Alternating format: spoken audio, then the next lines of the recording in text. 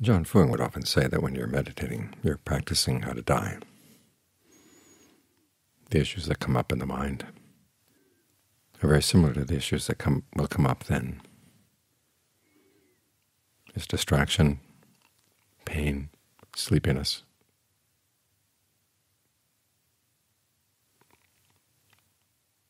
So it's good to learn how to deal with these things right now,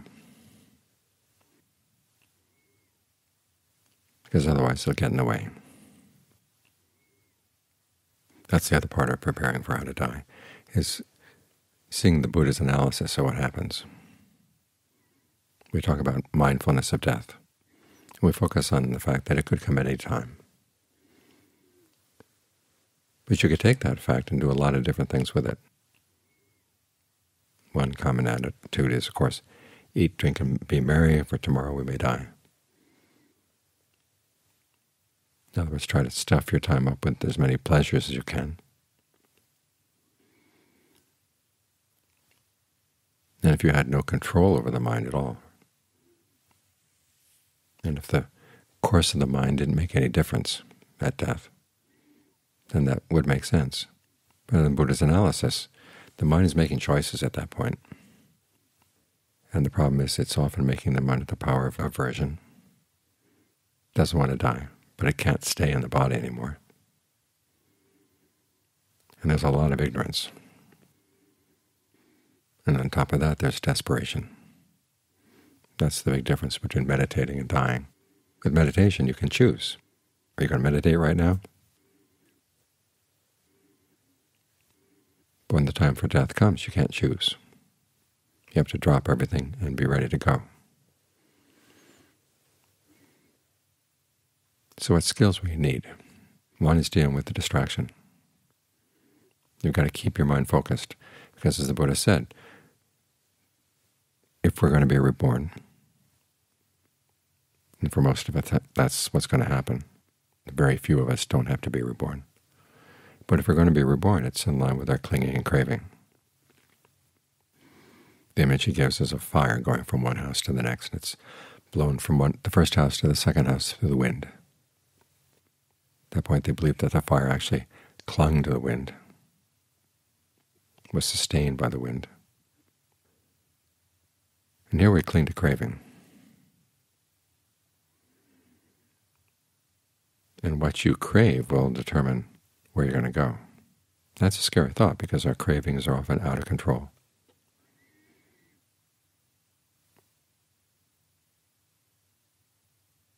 As the Buddha said, the mind is the quickest thing to change direction. There's nothing else that you could even think of as an analogy for how quick it is to change direction. So to keep it from changing direction in the wrong way, you've got to have very firm control over getting it pointed in the right direction, what the Buddha calls having yourself rightly directed, and then being mindful enough to keep it in that direction. So right now, as you find yourself sitting with the breath and then suddenly someplace else, ask yourself, here I am sitting perfectly fine. The body's relatively healthy. And then look what the mind does. What are the warning signs? What are the warning signals? How do you know when it's going to head off to someplace else? And how do you talk it out of doing that? Because often there will be a little signal inside. As soon as the boss isn't looking, let's go. And then it stops.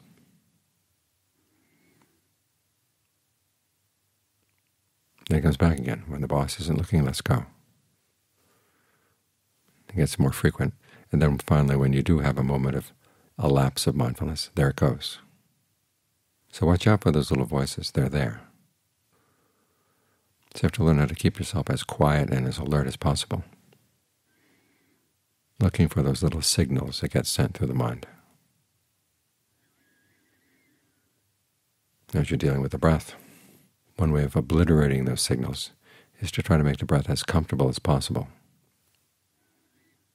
as gratifying a sensation in the body as you can imagine, which means you have to ask yourself which parts of the body are not particularly enjoying the breath right now. In what ways is the breath getting mechanical? Give it a sense of real pleasure right here. In other words, feed the mind so that it doesn't go looking other places for its nourishment.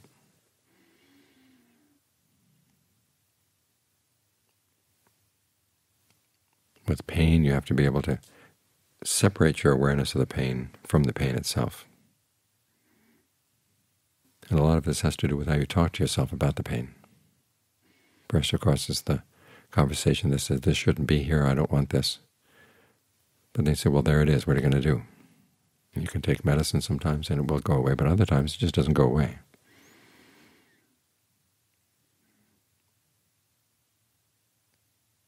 That's not the case that it doesn't have the right to be there. It's the nature of the body. This is why we have that chant again and again. Aging, illness, and death are normal. We're subject to these things. And the Thai translation is they're normal. Pain is normal. So what are you going to do about it? If something that's normal like that, you have to learn to live with it but not suffer from it. This is why we make that distinction between the suffering of the three characteristics and the suffering of the Four Noble Truths. In fact, the things are fabricated means they're going to be stressful. That's the nature of fabrications. And the stress in inconstancy is something that's not going to change. What you can change is the stress that comes from craving, and stress that comes from ignorance. That doesn't have to be there. That's the optional part. So you have to ask yourself, where are we going to find ignorance? The Buddha says, look at the fabrications in the mind. The way you fabricate the in and out breath, the way you fabricate your thoughts, the way you fabricate your perceptions and feelings. Try to be as really clear as possible on these things. In particular, the perceptions. One of the points that the Four Sajjans make again and again is if you want to understand all five aggregates, get so that you know one really well. And the one they all seem to focus on is perception. Seeing how arbitrary your perceptions are can help loosen up a lot of the firm assumptions you have about things that are making you suffer. This has got to be that way, that has got to be this way. But if thinking that things have to be that particular way is making you suffer, why hold on in that way? There must be another way to approach things so that you don't have to suffer. Remember, right view. Arahants have right view, and they don't suffer. They're with pain, but they're not suffering from it. They're with difficult situations in life, and they don't suffer from them. So the fact that you're suffering means that there's a wrong view in there someplace.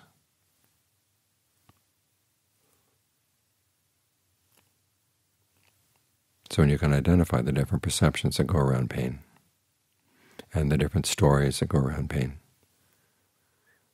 ask yourself, can you change the perception? Can you change the stories so that they're true, but they don't stab you?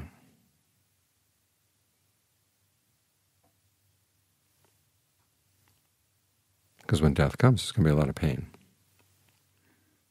That, for a lot of people, is why they can't stay in the body. It just gets too painful. They're being pushed out. And again, because there's a sense of desperation that goes with that, they'll just jump at anything. That's not a position you want to be in.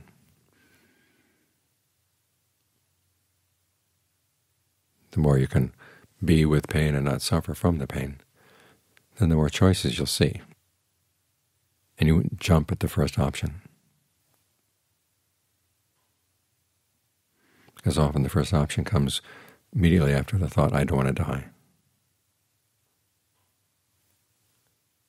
And then you can come up with all the different reasons why you don't want to die. And you're going to latch on to those.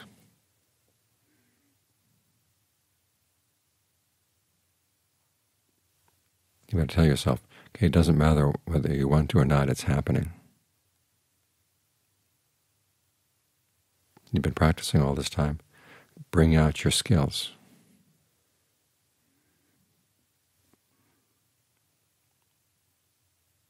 And of course there's the problem of sleepiness. As the body wears down, you get more and more groggy. There's less and less energy. You have to learn how to maintain alertness even in the midst of that.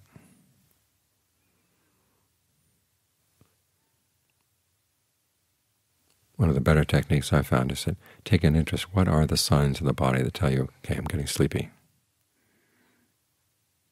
What are the sensations around the eyes? What are the sensations in different parts of the body that you take as signs you've got to sleep? And question them.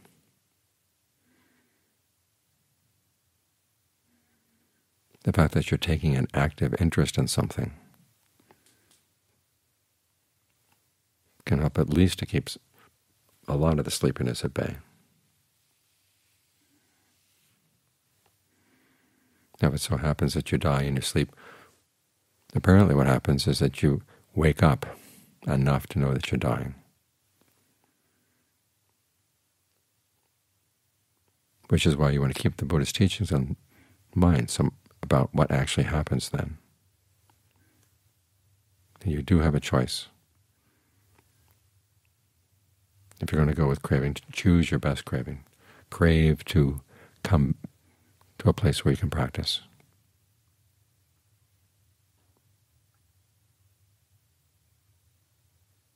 This is one of the reasons why the Ajahns like to recommend a meditation word, to hold that in mind. Because at that point, there's a lot you can't hold in mind, but a simple word like that you can. And that word will have been invested with a lot of meaning. Bhutto, awake, is their favorite one. But you can use any that has some meaning for you. That acts as a signal to remind you of what needs to be done, that will wake you up. So the mind is in a position where it can make a good choice at that point.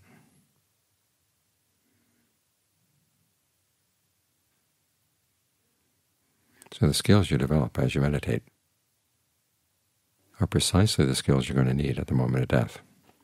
So take them seriously.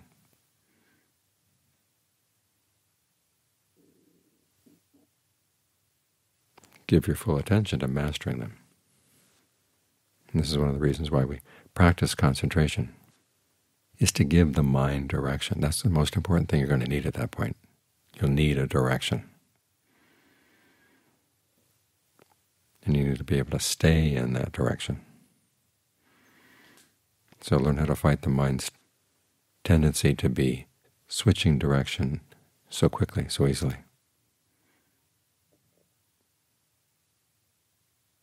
That's probably the most important skill you can muster. It requires a lot of mindfulness, a lot of discernment.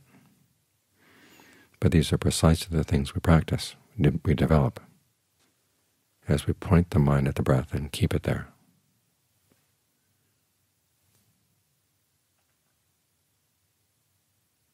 At the moment of death, you will have to leave the breath, but you will have learned a lot about the mind in the meantime.